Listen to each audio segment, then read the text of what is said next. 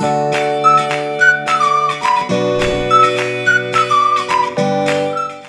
주 후반에 다시금 이제 19,000원대 정도까지는 다시 회복을 시도할 거라고 봅니다. 안녕하세요. AP투자연구소 이세훈 전략팀장입니다. 오늘은 LG 디스플레이 한번 살펴보겠고요. 구독과 좋아요도 한번 부탁드리도록 하겠습니다. 오늘 시장이 양대지수가 2에서 3%대 하락 흐름들을 보이면서 대다수의 종목들이 약세 흐름을 보이는 하루였습니다. 오늘 LG 디스플레이도 역시나 시장 하락 영향 때문에 2%대 현재 약세 흐름들을 보여주고 있는데요. 사실 이 코스피 지수가 보면 우리가 인정할 건 뭐냐면요, 작년부터 이어져 왔던 이 상승 기조는 끝났습니다. 끝났고 지금은 이제 조정 국면으로 들어가기 때문에 지난해부터 이어져 왔었던 이런 이제 뭐 들고 가기만 하면 올라가는 시기는 끝났다라고 봐야 될 부분인 것 같고요. 이 조정 국면에 들어가면서 어떤 이제 전략적인 부분에 있어서도 좀 짧게 흐름들을 가져가는, 종목들을 좀 대응하는 그런 전략이 좀 더 필요하다라고 저는 생각을 하고 있는데, 사실상 이렇게 좀 조정 국면으로 들어가면 반등 나올 수 있는 그런 포인트가 많지 않습니다. 하락 있고 반등, 하락 있고 반등, 이런 형태 속에서 반등 나올 수 있는 포인트가 극히 제한적이거든요. 개인적으로는 주 초반 약세를 어느 정도 좀 예상을 했었던 부분인데, 생각했던 것보다는 하락폭이 조금 크게 나와서 좀 걱정이기는 한데, 근데 지금은 팔아야 될 때가 아니라 반등을 기다려야 될 때라고 봅니다. 사실상 이 추세 때 하단에 들어오면서 반등을 줄 수 있는 그런 영역에 들어왔다라고 생각해 볼 수 있고, 동시에 RSI 상대 강도 지수가 30m로 떨어지면서 과매도 영역에 들어오는 부분이거든요.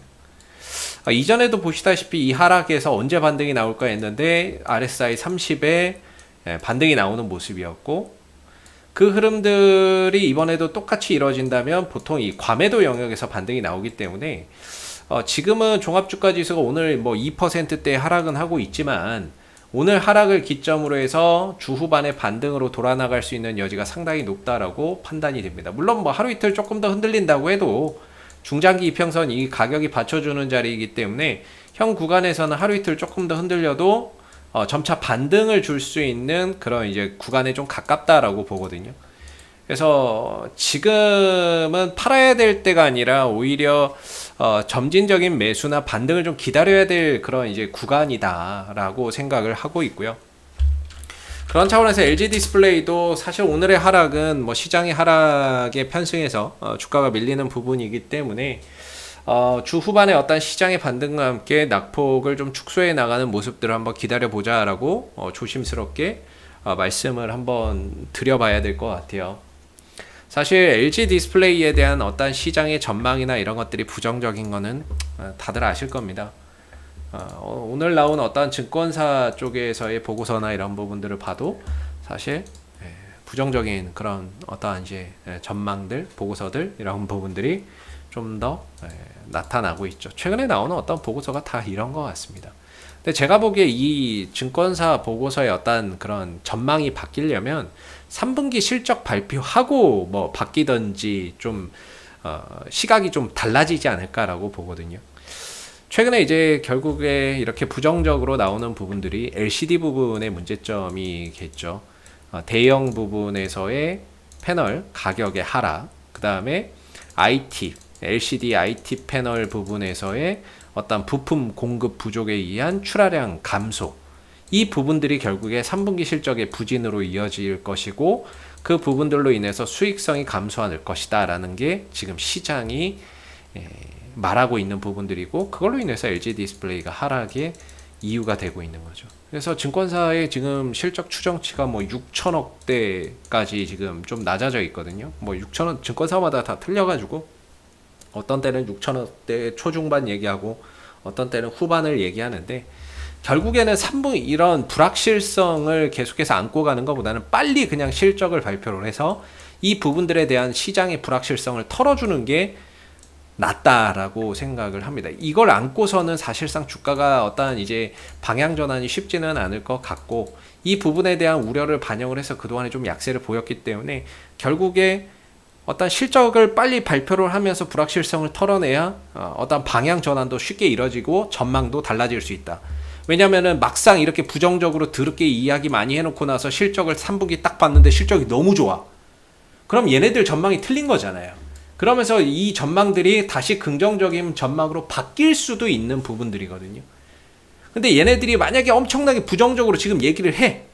또 부정적으로 얘기하고 안 좋다 얘기하는데 막상 깠는데 뭐 예상했던 수준만큼 나왔어. 뭐 더 나쁘지도 않았고 그냥 시장에서 어느 정도 우려했던 만큼 그 정도 실적이 나왔네. 그러면 또 그 부분들에서 안도감 속에서 또 반등이나 나오거나 전망이나 이런 부분들이 또 바뀌는 그런 부분들 생길 수 있다라고 보거든요.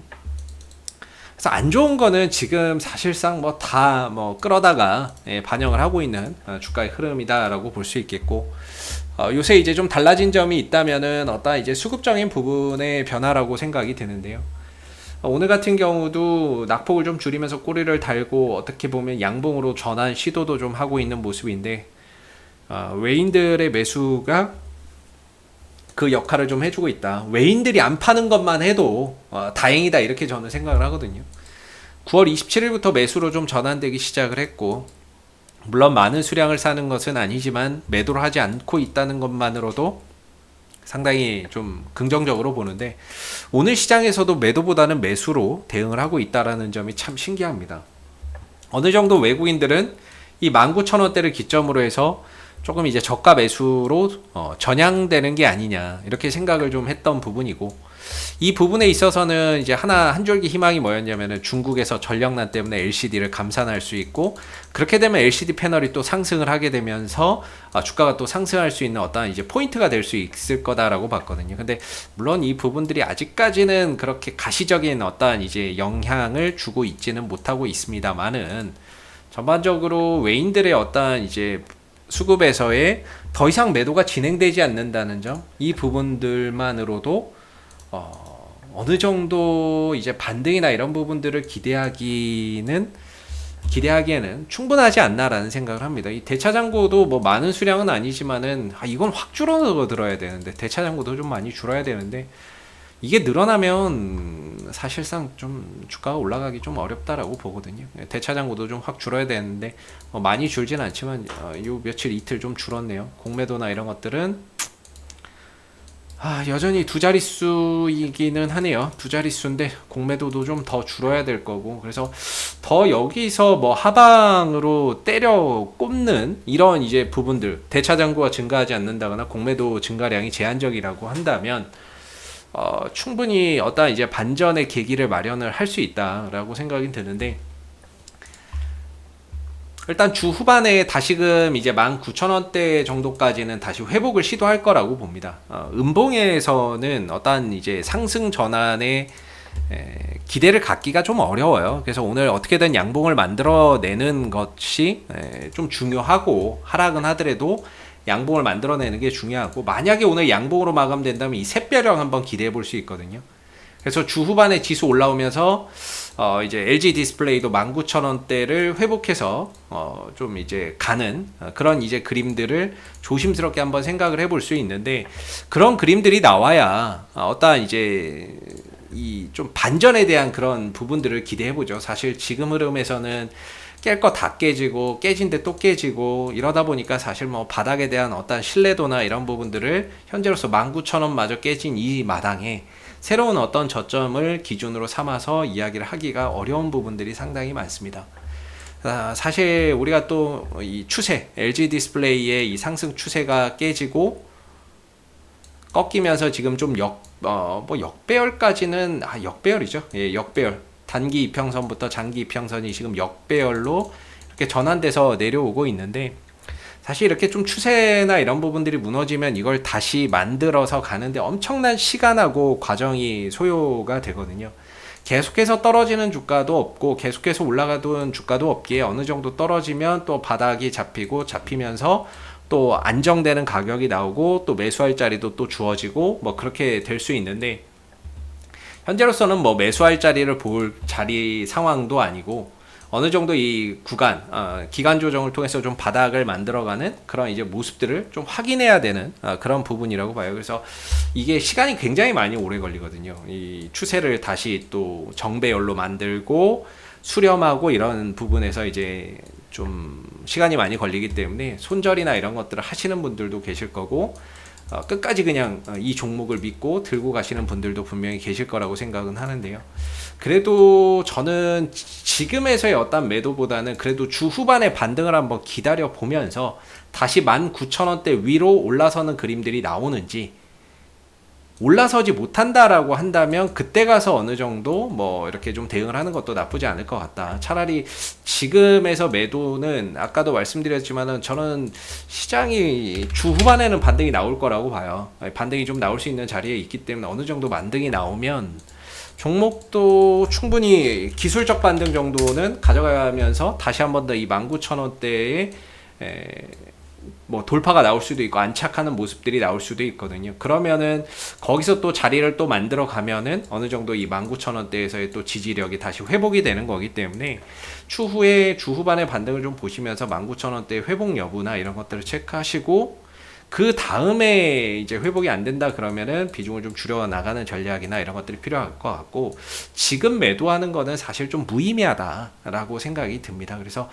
어느 정도 하락이 지속되고 있고 저점이 어디가 될지 끝모르는 하락이긴 하지만 현 구간에서는 지금 보시면 LG 디스플레이도 다시금 RSI가 30m로 떨어지는 구간이고 과매도 구간이라는 거죠.